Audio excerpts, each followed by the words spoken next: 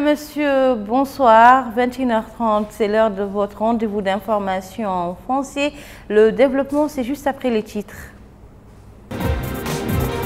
Les chefs d'État du G5 Sahel à Nouakchott pour la conférence extraordinaire avec les partenaires et bailleurs de fonds.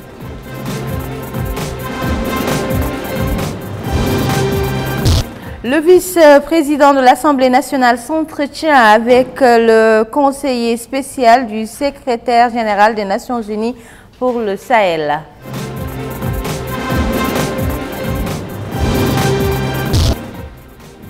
Sixième édition du concours international des plaidoiries sur les droits de l'homme. Cela se passe ici à Nouakchott.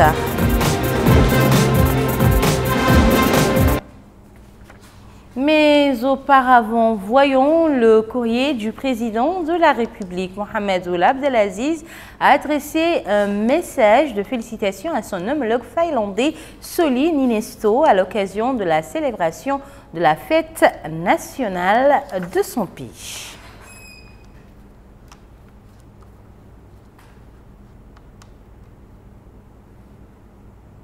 Nouakchott s'apprête à abriter demain la conférence extraordinaire du G5 Sahel avec les partenaires et bailleurs de fonds. Il est attendu de ces derniers de mettre la main gracieusement à la poche pour soutenir les actions des pays du G5 Sahel dans leur lutte contre les groupes terroristes dans la région et qui menacent par ailleurs la sécurité sur le plan international. Les chefs d'État du G5 Sahel sont arrivés à Nouakchott ce soir, notamment le président nigérien Issoufou Mahamadou, président en exercice du G5 Sahel.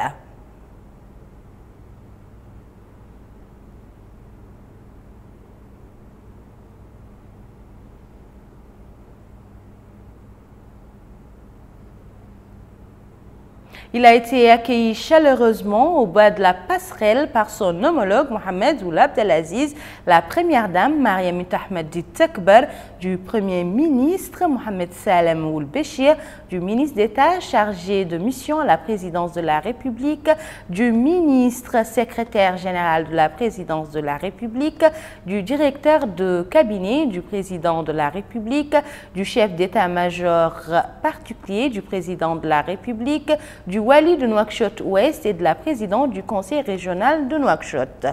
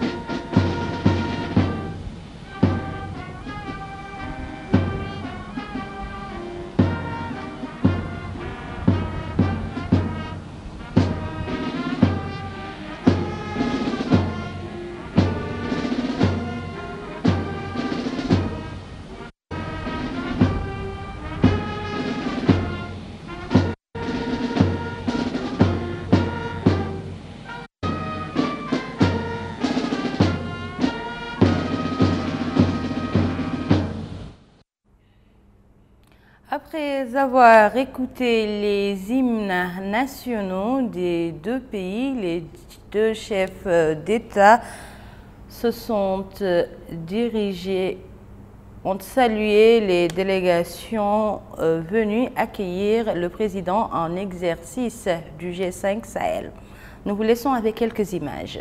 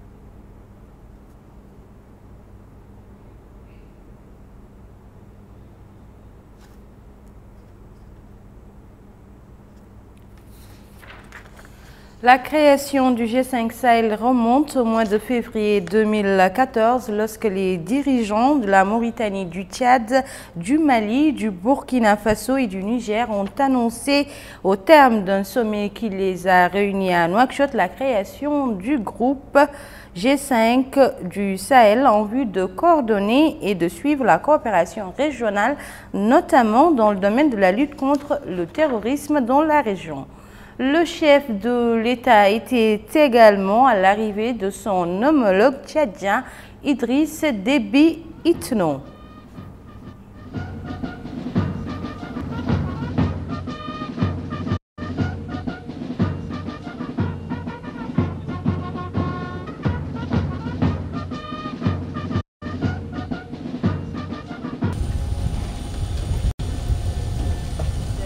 Accolade, le président tchadien a salué les personnalités venues à l'accueil avant d'écouter les hymnes nationaux des deux pays.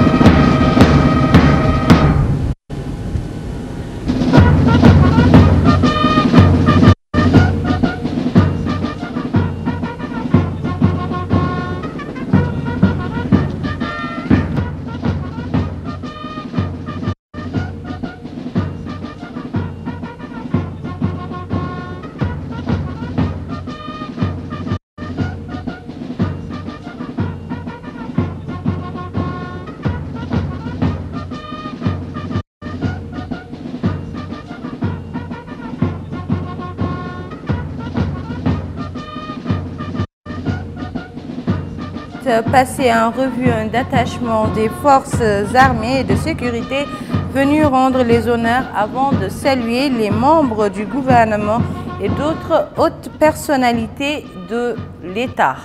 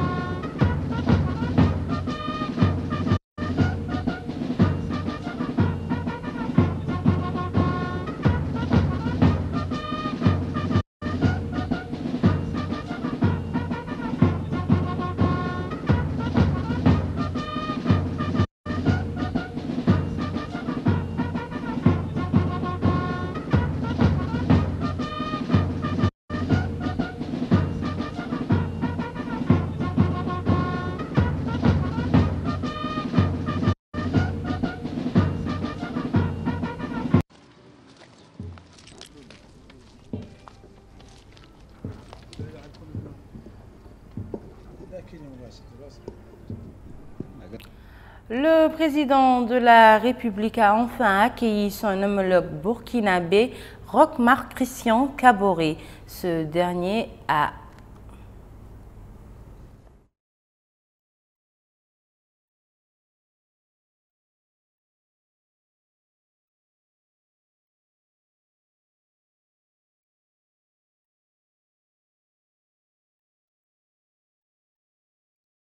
chaleureuse entre les deux chefs d'État. Le président burkinabé a ensuite salué la délégation mauritanienne d'accompagnement avant d'écouter les hymnes nationaux des deux pays.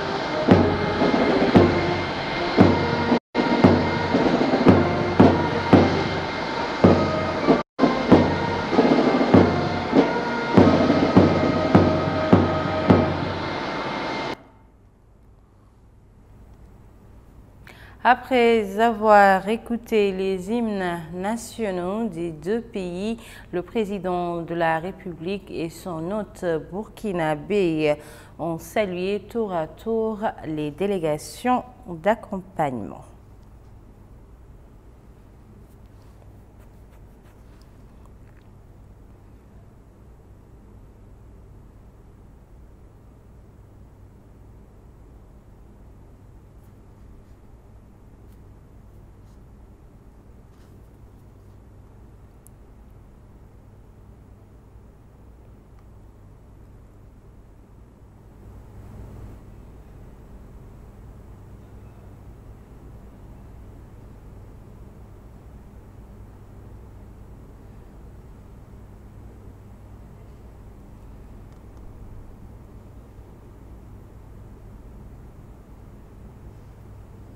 En image, le président burkinabé Roch Marc Christian Kaboré serrant la main des membres du gouvernement mauritanien constitué des ministres et des conseillers à la présidence de la République.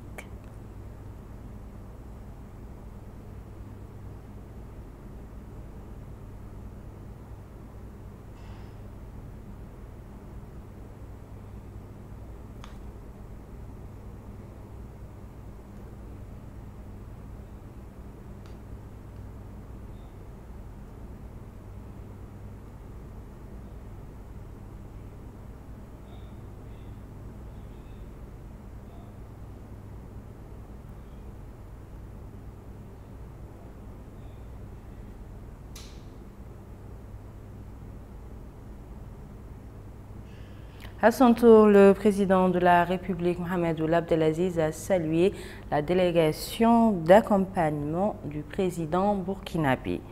La conférence internationale de Nouakchott intervient après celle de Bruxelles tenue en février dernier qui avait regroupé une vingtaine de chefs d'État et de gouvernement dans le but de renforcer les soutiens financiers au G5 Sahel. Ce sommet avait permis de mobiliser, rappelons-le, 300 millions d'euros.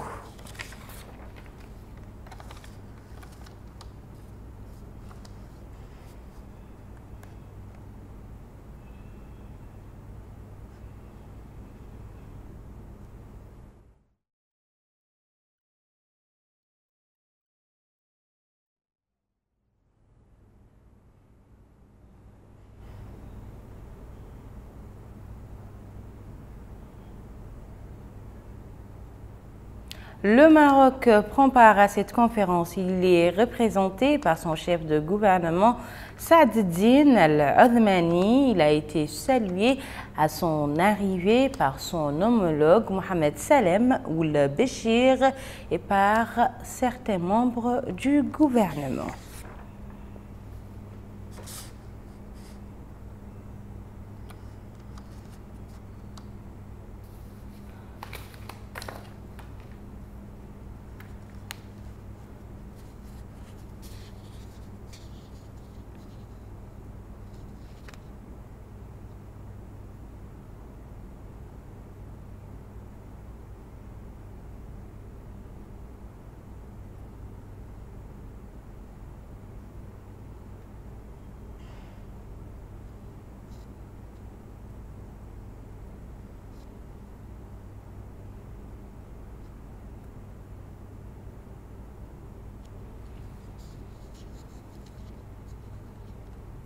Auparavant, le Premier ministre Mohamed Salem Ould Béchir avait reçu les présidents des chambres de commerce et d'industrie dans le groupe du G5 Sahel conduit par Dr Ahmed Boudou Mahamat, président de la chambre de commerce et d'industrie du Tchad. Ce dernier a déclaré au terme de l'entrevue qu'ils ont informé le Premier ministre sur les statuts de l'Union des chambres de commerce dans les 5 pays du G5 Sahel.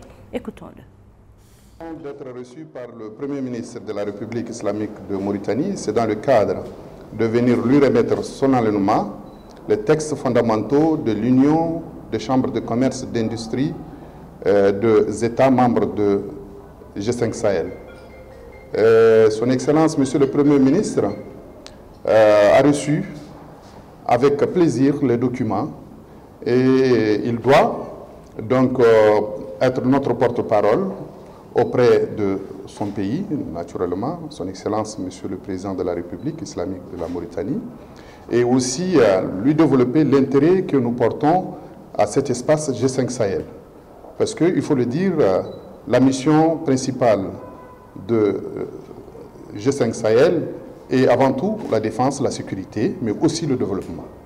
Nous avons fait savoir à son Excellence le Premier ministre que le développement nous intéresse parce que nous sommes des opérateurs économiques et la réalisation de tous ces gigantesques ouvrages socio-économiques de base qui seront réalisés ne passera que par des opérateurs économiques, les entrepreneurs que nous sommes. Donc voilà un peu, nous pensons être à côté de l'espace G5 Sahel pour essayer déjà en amont de les appuyer dans la recherche de fonds et aussi les aider à matérialiser tous ces grands ouvrages, parce que la sécurité, la défense est, disons, corollaire au développement de nos États. Voilà un peu l'objet de notre rencontre avec son Excellence le Premier ministre de la Mauritanie. Voici maintenant une carte postale des pays du G5 Sahel. D'abord, nous commençons par le Niger. Melike Nekli nous édifie sur les caractéristiques géographiques, démographiques et les potentialités économiques dans ce pays sahélien. Le Niger est un pays d'Afrique de l'Ouest situé entre l'Algérie, le Bénin, le Burkina Faso, le Tchad, la Libye, le Mali et le Nigeria. Il est le plus vaste pays d'Afrique occidentale. Sa capitale est Niamey. Sa population est de 21 048 000 habitants. Le président du Niger est M. Mahamadou Issoufou. Au plan économique, les exportations de l'uranium des mines d'Arlit ont longtemps constitué une part importante du revenu extérieur du pays. Les mines de charbon de la région de Chirozérine sont exploitées à ciel ouvert. L'agriculture est le secteur économique qui mobilise le plus de population, 90%. Les plus importantes ressources naturelles du Niger sont l'or, le fer, le charbon, l'uranium et le pétrole. Le Niger est membre de l'Union africaine, de la CEDEAO, du CILS et de la communauté des États sahélo-sahariens. Nous allons maintenant, toujours avec Melike Nekli, visiter le Tchad, un autre pays du Sahel aux riches potentialités pétrolières. Le Tchad est un pays d'Afrique centrale situé au sud de la Libye, à l'est du Niger, du Nigeria et du Cameroun, au nord de la République centrafricaine et à l'ouest du Soudan. Il est le 5e pays le plus vaste d'Afrique. Sa capitale est N'Djamena et la superficie est de 1 284 000 km². Son président est M. Idriss Déby. Le gouvernement est de régime présidentiel. La population est de 14 900 000.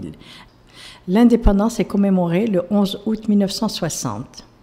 Au plan de l'activité économique, la politique de diversification de l'économie tchadienne, l'amélioration de l'orientation budgétaire du pays et les mesures significatives de réduction de la dette ont permis à la machine économique et financière de s'améliorer de manière importante. Le Tchad est membre également de l'Union africaine, de la SEM et de l'APO. Maintenant, le Mali, un pays frontalier avec le nôtre. Outre le G5 Sahel, les deux pays sont également membres de l'Organisation pour la mise en valeur du fleuve Sénégal, OMVS. Et c'est toujours une carte postale signée Melike Nekli. Le Mali est un pays d'Afrique de l'Ouest frontalier de la Mauritanie et de l'Algérie au nord, du Niger à l'est, du Burkina Faso et de la Côte d'Ivoire au sud, de la Guinée au sud-ouest et du Sénégal à l'ouest. Sa capitale est Bamako. Sa superficie est de 1 241 238 km². Son président est son Excellence Ibrahim Boubacar Keïta. Sa population est de 18 054 000 habitants. L'indépendance est célébrée le 22 septembre 1960. L'activité économique est limitée autour de la région fluviale irriguée par le fleuve Niger. Environ 10% de la population est nomade et 80% travaillent dans l'agriculture ou la pêche. L'activité industrielle est concentrée autour des activités agricoles. Entouré de 7 voisins, le Mali a une diplomatie favorisant l'intégration régionale et continentale. Le Mali est membre de l'UEMOA, de la CEDEAO, de l'Union africaine, du NEPAD et de la CENSAD, en plus du G5 Sahel. Et enfin, le Burkina Faso, pays des hommes intègre, célèbre par son festival du cinéma et ses capacités agricoles. Et c'est toujours avec Melika. Le Burkina Faso, pays des hommes intègres, appelé aussi Burkina, anciennement République de Haute-Volta, est un pays d'Afrique de l'Ouest sans accès à la mer. Sa capitale est Ouagadougou. Le président est M. Roch-Marc Christian Kaboré. Sa superficie est de 274 400 km². L'indépendance est célébrée le 5 août 1960. Au plan économique, l'agriculture représente 32% du produit intérieur brut et occupe 80% de la population active. L'adaptation au changement climatique est à cet égard un véritable enjeu sur lequel le pays est pionnier en Afrique. Le Burkina Faso reste un des premiers producteurs de coton d'Afrique. L'or a dépassé le coton comme premier poste d'exportation en 2009.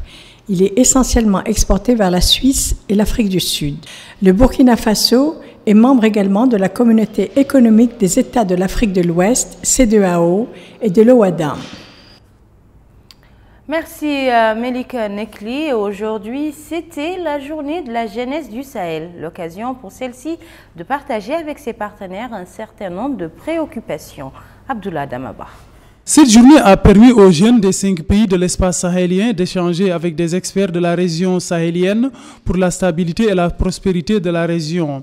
Ils ont discuté à propos de l'accès aux ressources naturelles, du pastoralisme, de l'économie verte dans une société en mutation, du rôle de la jeunesse sahélienne dans la lutte contre la radicalisation et l'extrémisme violent, le rôle de la femme pour réaliser le potentiel dont regorge le Sahel et l'investissement dans les pays du G5 Sahel afin de promouvoir l'économie et l'emploi des jeunes.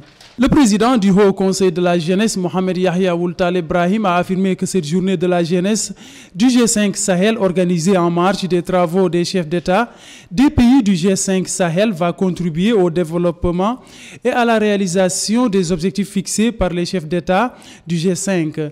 Il a appelé les jeunes qui prennent part à cette journée à contribuer à la promotion de la jeunesse dans le cadre des travaux de ces ateliers.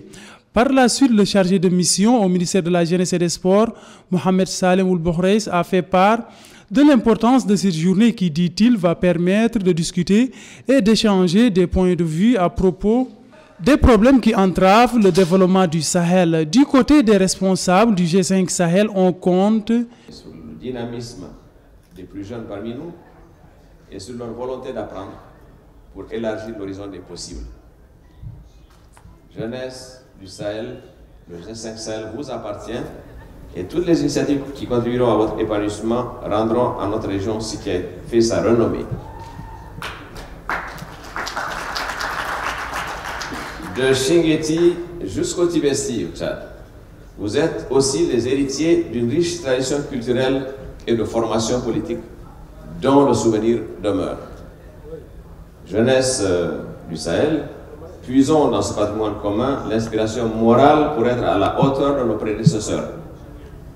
La route sera longue et ardue, mais la vision du G5 Sahel est claire, accroître nos compétences et agir ensemble pour la sécurité et la prospérité du Sahel et de l'Afrique. Les partenaires au développement ont conviction que nous partageons avec tous nos partenaires africains et sahéliens. Et cette conviction, c'est qu'il est crucial pour l'avenir d'une société, d'un pays, d'un continent, d'investir dans sa jeunesse. Et l'Union européenne, depuis son début, encourage les jeunes à s'exprimer, à participer à la définition des politiques qui les concernent et qui les concerneront dans les années à venir, ainsi qu'à la mise en œuvre des projets de développement économique, social et humain. Lors d'une rencontre avec la jeunesse africaine à Abidjan, lors du sommet Afrique-Union européenne, la haute représentante pour les affaires étrangères de l'Union européenne, Mme Federica Mogherini, disait « Ne me posez pas des questions, dites-moi des choses concrètes. Vous avez la capacité de concevoir des idées, vous avez la capacité de mobiliser, exercer votre pouvoir. J'ai besoin de vos idées, pas de vous apporter des réponses. » Rappelons que l'autre volet de cette journée de la jeunesse du G5 Sahel a été dédié à l'art. Dans ce cadre, la richesse culturelle dont regorgent ces pays a été mise en avant avec des sketchs qui ont été présentés, des recueils de poésie qui ont aussi été déclamés, de même que les slameurs de différents pays ont fait montre de leur talent. L'actualité au volet parlementaire marquée par l'entrevue du premier vice-président de l'Assemblée nationale, Boïdjeloul Houmaïd, avec le conseiller spécial du secrétaire général des Nations Unies pour le Sahel, Ibrahima Tchaoua. Les entretiens ont porté sur l'ordre du jour de la conférence du financement du programme d'investissement prioritaire du G5 Sahel, dont les travaux débuteront demain, surtout le financement des projets bénéfiques pour les populations situées sur les frontières communes des pays membres du groupe dans le cadre du programme urgent de développement visant l'accès à l'eau et le maintien de la sécurité. Par ailleurs, la Commission des finances de la Chambre a examiné le budget du ministère de la Jeunesse et des Sports dans la loi de finances initiale 2019. La même commission a examiné le budget du ministère secrétariat général du gouvernement pour l'année 2019. Et dans le domaine de la justice, Nouakchott a abrité aujourd'hui le démarrage de la 6e édition du concours international des plaidoiries sur les droits de l'homme en Mauritanie. Participent à la 6e édition du concours des plaidoyeries pour les droits de l'homme en Mauritanie des candidats venus de l'Algérie, du Canada, de la France, de la Guinée et mauritaniens. Cette 6e édition est organisée par l'Ordre national des avocats mauritaniens et l'Institut international des droits de l'homme et de la paix, en partenariat avec l'ambassade de France en Mauritanie, l'Agence française de développement et de l'opérateur Justice Coopération Internationale du Conseil national des barreaux. M. Dia Mokhtar Malal, ministre de la Justice, a affirmé que vu l'importance qu'accorde son Excellence M. Mohamed Ould Abdelaziz aux différents dossiers des droits de l'homme, le chef de l'État a donné des instructions au gouvernement pour la promotion des droits de l'homme. Dans ce cadre, dit-il, la Mauritanie a adopté plusieurs conventions internationales, dont contre l'esclavage et contre la torture. Le pouvoir exécutif a un rôle à jouer pour la protection et la promotion des droits de l'homme, d'où la nécessité de s'associer avec ses partenaires au développement. C'est pour cela que la France a décidé, pour la 6e année consécutive, de soutenir cette initiative lancée conjointement par l'Ordre national des avocats mauritaniens et l'Institut international des droits de l'homme et de la paix de Caen, afin que chacun soit sensibilisé sur les grands principes et les garanties qu'apporte un procès équitable, à travers le rôle fondamental que joue l'avocat pour le respect des droits de l'homme et du droit de tout citoyen à être défendu. Plusieurs titres de plaidoyerie seront exposés au Palais de justice de Nouakchott en présence des étudiants et représentants de la société civile. Tous les jours, l'avocat manie la loi et use d'arguments pour que celle-ci soit respectée. Dans les prétoires ou les bureaux, dans les prisons, dans les commerces, sur les lieux de travail ou à votre résidence, l'avocat est toujours à vos côtés avec pour seule arme la loi, son crayon et sa voix, afin d'affirmer et de faire respecter les droits de ses clients. Pour tous ces aspects méconnus, nous nous devions de mettre en lumière cette profession. Le bâtonnier de l'Ordre des avocats mauritaniens, Maître Cheikh Ould Hindi, a évoqué en premier lieu, dans son intervention, la responsabilité des avocats dans l'exercice de leur mission et ensuite l'efficacité et la technicité dans leurs interventions. Pour rappel, le concours de plaidoyerie pour les droits de l'homme en Mauritanie est dans sa 6e édition. Moussa Ndiaye qui revient à présent sur les grands axes de la conférence de presse qui a suivi hier les travaux du Conseil des ministres qui avait adopté un projet de décret portant approbation du contrat de concession de l'aéroport international de Nouakchott-Oumtounsy à la compagnie Afroport. Au cours des travaux du Conseil des ministres du 4 décembre 2018, qui s'est tenu sous la présidence de son Excellence M. Mohamed Ould Abdelaziz, président de la République, le Conseil a examiné et approuvé un projet de loi relatif à la ratification de la Convention internationale contre le dopage. Le Conseil a également examiné et adopté plusieurs projets de décret, dont un projet de décret portant approbation du contrat de concession de l'aéroport international de Nouakchott-Oumtounsy à Afroport. Les résultats des travaux du Conseil des ministres ont été commentés par quelques membres du gouvernement. Dans son intervention, Mme Amal Mitmouloud, ministre de l'Équipement et des Transports, a expliqué les contenus du contrat concession de l'exploitation de l'aéroport international de Nouakchott au Moutounouci. Elle a précisé que ce contrat s'inscrit dans le cadre d'une stratégie intégrée pour le développement du transport aérien en Mauritanie à travers plusieurs éléments en conformité avec les normes internationales. De son côté, le ministre de l'Économie et des Finances, M. Mokhtar Oulidiaye, a indiqué que le contrat de concession de l'aéroport international Mtounouci de Nouakchott à Afroport n'est qu'un investissement étranger parmi d'autres en Mauritanie. Il a ajouté que cet investissement aura des impacts positifs sur la Mauritanie en créant de nouveaux emplois et plusieurs autres opportunités pour l'intérêt du peuple mauritanien. S'agissant du projet de loi relatif à la ratification de la Convention internationale contre le dopage, ce projet s'explique par le progrès qu'a connu la Mauritanie dans différents domaines en sport. Donc, le projet de loi qu'on a présenté ce matin en Conseil des ministres est un projet qui concerne la Convention internationale contre le dopage dans le sport. Pourquoi signer cette convention? Vous n'êtes pas sans savoir qu'aujourd'hui, la Mauritanie connaît des avancées intéressantes dans le sport. J'en veux pour exemple notre qualification à la CAN pour 2019. Il y a aussi une question de santé publique. On sait tous quelles sont les conséquences que les produits dopants et psychotropes ont sur la santé publique. Avec cette convention, on pourrait bénéficier d'appuis techniques, financiers et matériels de la part de l'AMA, qui est l'Organisation mondiale contre le dopage. Et à terme, si on ne ratifie pas cette convention, on pourrait être exclu des compétitions internationales. Enfin, j'ajoute que nous sommes dans la perspective, Inch'Allah, d'organiser en 2023 le championnat des moins de 23 ans. Et si les dispositions ne sont pas prises pour ratifier cette convention, elle ne pourra pas être organisée selon les normes de la FIFA. Car au cours des compétitions de cette envergure, les contrôles antidopage sont devenus systématiques. Clôturant les différentes interventions des membres du gouvernement, Maître Sidi Mohamed Oulmaham, ministre de la Culture, de l'Artisanat et des Relations avec le Parlement, porte-parole du gouvernement, a répondu aux questions de nos confrères sur l'absence de certaines institutions de presse à la couverture médiatique du Festival des villes anciennes, le communiqué final sanctionnant la visite du prince héritier saoudien et le communiqué de l'Union des forces de progrès IFP.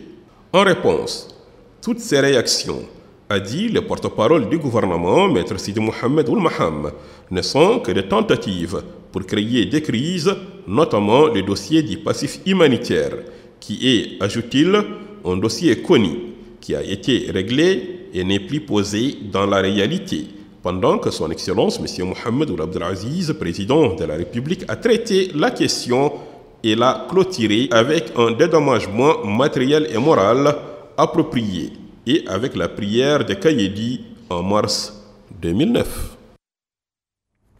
L'ambassade fédérale d'Allemagne à Nouakchott a célébré la journée de la réunification.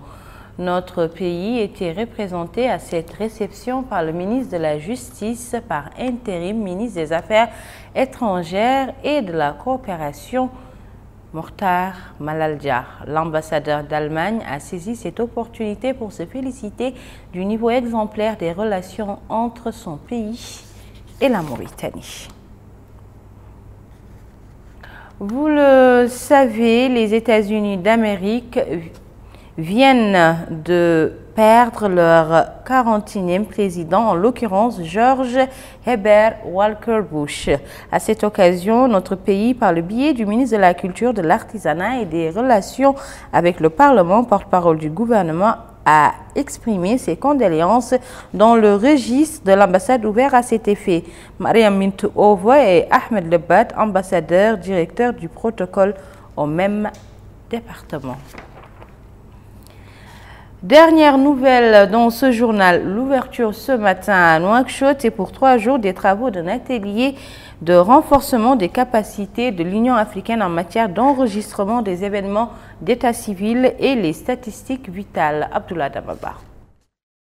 Ces rencontres comptent mettre en avant l'expérience mauritanienne avec la mise en place d'un registre des populations qui englobe les citoyens résidant en Mauritanie, les étrangers en séjour en Mauritanie ainsi que les visiteurs. En plus, ce registre sécurise les documents d'état civil avec la délivrance et l'établissement de pièces d'état civil à partir de données biométriques. Les pays membres de l'Union africaine ont pris part à cet événement afin de trouver les voies et moyens permettant à tout un chacun de disposer d'une identité juridique fiable et sécurisée.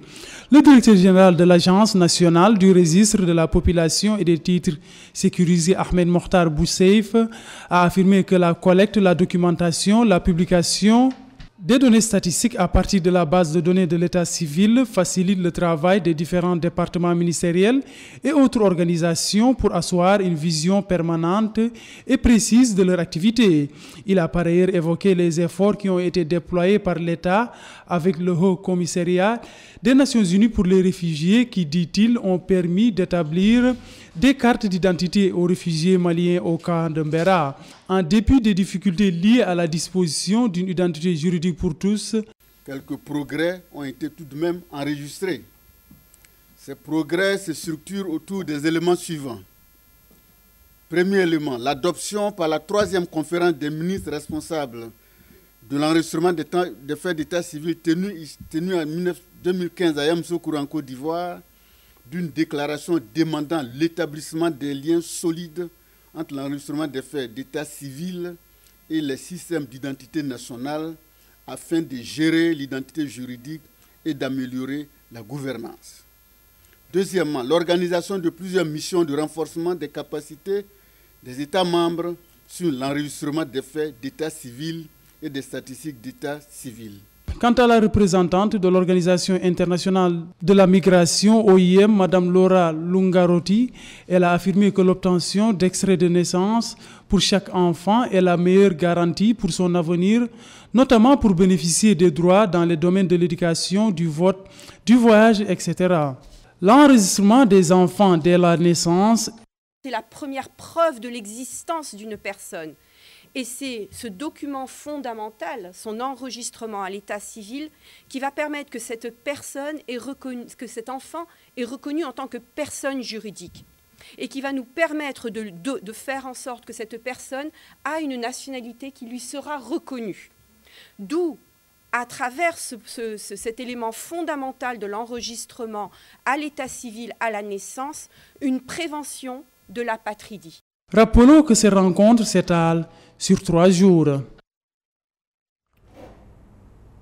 Voilà qui met fin à cette édition. Je vous en rappelle les titres.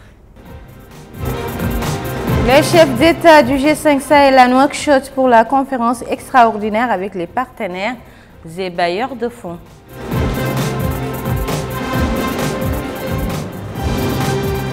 Le vice-président de l'Assemblée nationale s'entretient avec le conseiller spécial du secrétaire général des Nations Unies pour le Sahel.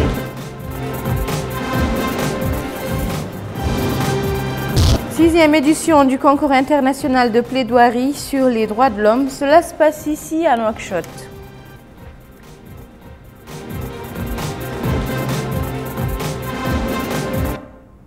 Où que vous soyez, c'était un réel plaisir pour moi de partager avec vous ces moments d'information. Demain, vous retrouverez Cheikh Naoul Cheikh Sadbou. En attendant, vous pourrez suivre une émission consacrée au G5 Sahel. Merci et au revoir.